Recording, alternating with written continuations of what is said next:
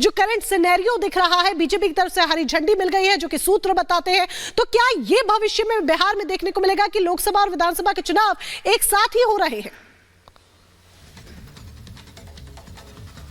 नहीं, ये संभावनाएं थोड़ी कम नजर आ रही है, क्योंकि जो हमारे सोर्स है उसके मुताबिक ये कहा जा रहा है कि नीतीश कुमार ऐसा चाहते थे कि लोकसभा और विधानसभा का चुनाव साथ हो, लेकिन शायद केंद्र की तरफ से, बीजेपी की तरफ से इस बात को लेकर इनकार किया गया है। फिलहाल अभी ऐसी स्थिति है कि सरकार सिर्फ बदलेगी, संगठन जो है, गठबंधन जो है वो बदलेगा, सरकार बनी रहेगी, और जो विधानसभा मतलब नीतीश कुमार का एक बार फिर से पलटी मारना तय है। अनुपम आपके पास लौट रहे हैं, क्योंकि एक और बड़ी ब्रेकिंग सियासी हलचल पर दोपहर 2 बजे बिहार कांग्रेस की बैठक होनी है। शकील अहमद खान ने बुलाई है ये बैठक, बड़ी जानकारी मिल रही है। पूर्णिया में विधायक दल की बैठक होगी। बिहार में कांग्रेस विधानमंडल दल के नेता शकील अहमद हैं जिनकी तरफ से बैठक बुलाई गई है, कहीं कोई टूट ना हो जाए। अब देखिए, तमाम जो दल है, अनूप लगातार हमारे साथ बने हुए हैं। अब कांग्रेस ने भी अपने विधायकों की बैठक बुला ली। अनूप, मतलब डर कांग्रेस को भी है कि कहीं विधायक टूट ना जाएं।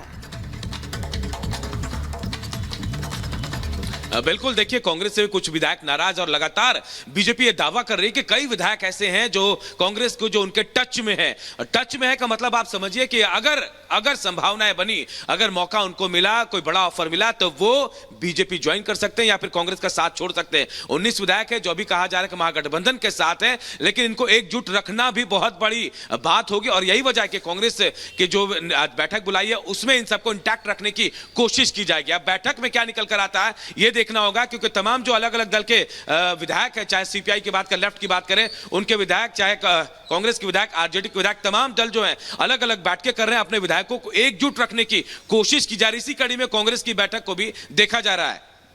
तो बिल्कुल, यानी कि कांग्रेस सब पूरी तरीके से एक्टिव नजर आ रही है, और वो भी अपनी जोड़ तोड़ की जो राजनीति है उसमें लगी हुई है। अनुप, लौटेंगे आपके पास। इस बीच ये बता दें कि कांग्रेस नेता आचार्य प्रमोद कृष्णम ने ट्वीट किया है, बिहार में 3 तलाक कैसे हो गया, ये पूछा है प्रमोद कृष्णम ने ट्वीट के जरिए।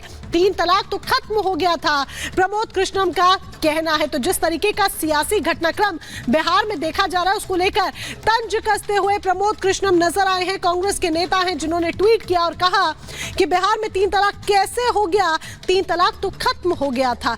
बिहार में जिस तरीके की राजनीतिक उठापटक देखी जा रही है उस पर सीधे तौर पर अब जो निशाना है वो भी नेता लगाते हुए नजर आ रहे हैं, तंज कसते हुए नजर आ रहे हैं।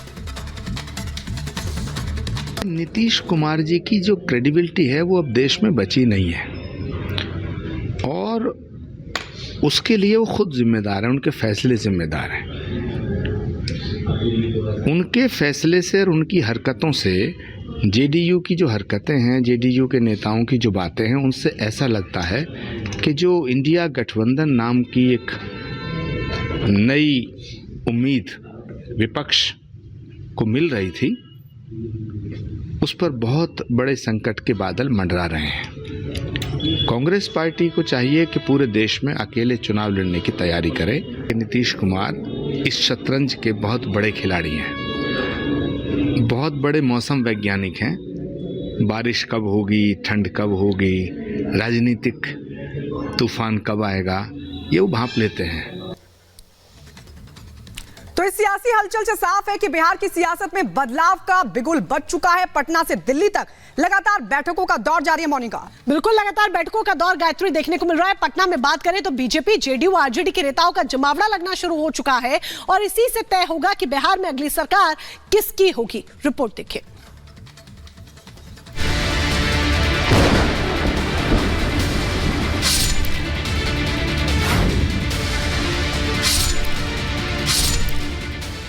बिहार में जारी सियासी हलचल को लेकर बीजेपी लगातार एक्शन मोड में है। पटना से लेकर दिल्ली तक बैठकों का दौर जारी है। अमित शाह से लेकर जेपी नड्डा तक ने मोर्चा संभाल रखा है। प्रदेश प्रभारी विनोद तावड़े को बिहार भेजने की तैयारी है। आप चाहते हैं नीतीश कुमार आए? मैं चाहूँ पार्टी जो निर्णय लेगी एनडीए में आए। भाई देखो, एनडीए का अपना अपना महत्व है। एनडीए के नेता जो हमारे हैं वो जो चाहेंगे वो हम लोग चाहेंगे। बीजेपी ने आज सांसदों और विधायकों की बैठक बुलाई है। बीजेपी के केंद्रीय नेतृत्व ने राज्य के नेताओं को हड़बड़ी में कोई भी फॉर्मूला सामने रखने से मना कर दिया है। फिर भी पार्टी नेताओं का दावा है कि नीतीश जल्द ही एनडीए में शामिल हो सकते हैं। कि ये सब कोई हम लोगों के स्तर पर कोई बात नहीं है, एकदम क्लियर रही है। बिहार भारतीय जनता पार्टी जिस तरह लड़ते रही है वो आगे भी लड़ते किसके रही। खिलाफ लड़ती है? मोदी कह रहे हैं कि दरवाजा खुलता भी है और स्थिति अब के अनुसार दरवाजा बंद होता है। जो बोले हैं उनसे पूछिए। आरजेडी और लालू परिवार से मोह भंग होने के बाद नीतीश कुमार बड़े निर्णय की तैयारी में है। नीतीश कुमार एक बार फिर से महागठबंधन का दामन छोड़कर एनडीए में शामिल हो सकते हैं। 2 दिनों से जारी घमासान के बीच जेडीयू ने 28 जनवरी को विधानमंडल दल की अहम बैठक बुलाई। मतलब साफ है, नीतीश कुमार इसी बैठक में गठबंधन से जादुई और नई सरकार का ऐलान कर सकते हैं। दूसरी ओर आरजेडी भी हार मानने को तैयार नहीं। पार्टी के दिग्गज नेताओं की राजधानी पटना में बैठकें हो रही हैं। आज दोपहर 1 बजे राष्ट्रीय जनता दल की बैठक बुलाई गई है, जिसमें पार्टी के सभी विधायकों को शामिल रहने के लिए कहा गया है। ये बैठक पटना में राबड़ी देवी के आवास पर होगी, जिसमें तेजस्वी यादव समेत पार्टी के सभी सांसद और विधायक मौजूद रहेंगे। हालात कुछ भी नहीं है। हालात आप मेरे साथ, हम लोग को तो हालात सब समान लग रहा है। लेकिन सरकार जो राजभवन से निकल कर आ रही है, नहीं, राजभवन से निकल के राजभवन में गए होंगे कोई सलाह मशवरा करने के लिए। राजभवन बीजेपी के नेताओं के साथ काफी कंफर्टेबल नजर आ रहे हैं। नहीं, हम लोग के साथ कंफर्टेबल थोड़े हैं, सरकार हम लोग चला रहे हैं। जेडीयू और आरजेडी के अलावा कांग्रेस खेमे में भी हलचल है। बिहार की सियासत में जारी उठापटक पर कांग्रेस की पैनी नजर है। शकील अहमद ने पूर्णिया में कांग्रेस विधायकों की बैठक बुलाई है। ये मीटिंग आज दोपहर 2 बजे होनी है। ये तो तय है कि बिहार में सब कुछ ठीक नहीं चल रहा। सत्ता परिवर्तन का आगाज करीब करीब हो चुका है। ताज किसके सर चढ़ेगा ये कहना अभी जल्दबाजी होगी, लेकिन ये तय है कि एक बार फिर से नीतीश कुमार पाला बदलने के लिए तैयार है। Bureau report, Republic Bharat. Gaza में संघर्ष विराम का आदेश देने से किया इनकार। कोर्ट के बाहर इकट्ठा हुए फिलिस्तीनी समर्थक जमकर की नारेबाजी। संयुक्त राष्ट्र अदालत के फैसले के बाद नेतन्याहू का बयान, कहा इजरायल की रक्षा के लिए उठाएंगे सभी जरूरी कदम। उत्तरी गाजा में इजरायली सैनिकों का बड़ा हमला, विस्फोट के बाद दिखा धुएं का गुबार। इजरायल की ओर से बजा हमले का सायरन। गाजा में फिलिस्तीनियों के लिए पहुंचाई जा रही राहत सामग्री, राफा बॉर्डर के जरिए ट्रकों से भेजी जा रही है सहायता। अमेरिकी राष्ट्रपति बाइडेन ने कतर के अमीर से की बात। हमास के कब्जे से बंधकों को छुड़ाने को लेकर बातचीत हुई। गाजा के नुसीरात शरणार्थी शिविर पर इजरायल का हमला, हवाई हमले में एक बच्चे सहित 15 लोगों की मौत हुई। पाकिस्तान के पंजाब प्रांत में 80 कब्रों के पत्थर तोड़े गए। पुलिस ने अहमदिया समुदाय के कब्रों को किया नष्ट। वीडियो सोशल मीडिया पर हो रहा वायरल। रूस की जांच एजेंसी ने दुर्घटना वाले विमान का वीडियो जारी किया है। यूक्रेनी युद्धबंदियों को ले जा रहा था रूसी सैन्य विमान। रूसी राष्ट्रपति पुतिन ने विमान की दुर्घटना के लिए यूक्रेन को ठहराया जिम्मेदार और कहा कि जल्द रिपोर्ट सार्वजनिक करने की अपील भी की गई। रूस ने यूक्रेन को फिर बनाया निशाना, एंटी टैंक गाइडेड मिसाइल से हमला बोला।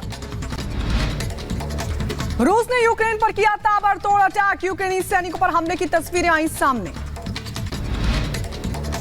रूस ने यूक्रेनी सैनिकों को बनाया निशाना, सैन्य ठिकानों पर ताबड़तोड़ हमले किए।